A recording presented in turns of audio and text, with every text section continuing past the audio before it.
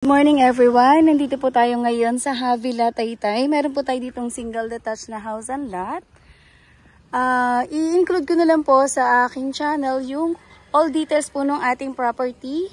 Anytime po, pwede po kayo magpa-schedule para sa viewing. Sa mga sure client po, pwede po kayong tumawag sa akin at 0917-143-9488. Now, let's proceed po sa ating property. Ito na po yung ating carport. 2 carport po yung kasya dito. Gated na po siya.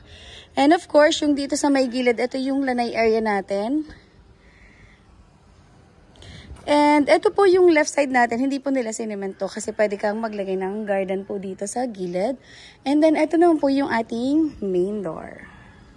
And pagpasok po ng ating main door, ayan, bali, no-open siya pareho. And then pagpasok natin, dito sa may baba ng hagdan natin, pwede kayo maglagay dito ng plants. And then yung living room or living area po natin. And dito naman po sa part na to, yung papunta sa ating lanay, dito naman po yung ating dining table. Ayan. Meron po tayo ditong lanay. Actually, pwede pa po kayo magpa-add ng additional, siguro para lang hindi na umaangge kapag umuulan. And then, proceed po tayo sa ating kitchen. Wow, ang ganda ng kitchen po natin. Ayan, may upper and lower cabinet na pong included. And ito po yung ating sink and yung ating lagay ng stove at saka yung ating range hood. Wow! Ito yung ating cabinet. Soft close po siya. Wow! And then dito naman po yung provision natin para sa ating refrigerator. And meron po tayo ditong powder room.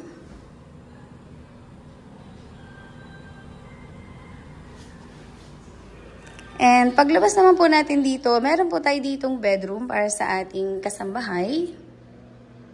And meron siyang sariling toilet and bath po.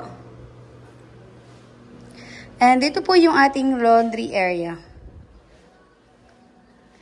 Yan, may malawak po tayong spasyo dito sa gilid. And eto po, pwede po tayong maglagay ng plants dito or ipapa-cement po yung papunta sa ating back door. Ito po yung papunta sa lanay po natin.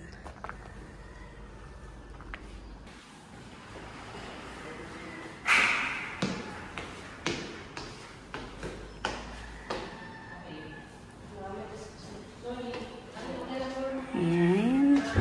Dito na po tayo ngayon sa second floor.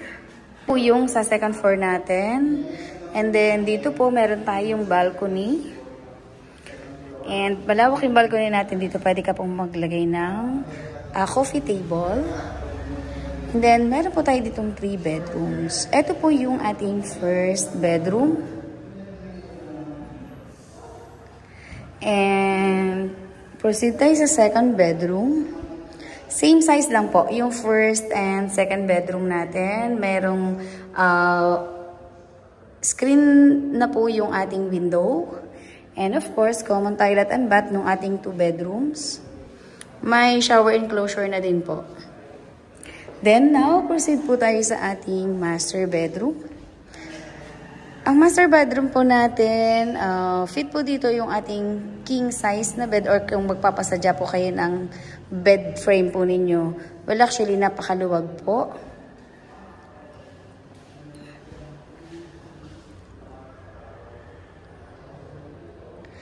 And para hindi masikip ang ang ganda ng ginawa nila, nakaslide yung ating pinto dito sa ating toilet and bath po. Same po dun sa ibang nila, toilet and bath, glass partition na yung ating shower area. And then regarding naman about po sa cabinet, I think itatanong ko po sa kanila kung included pa po ba sa price yun just in case na mag-pa-add po tayo ng cabinet.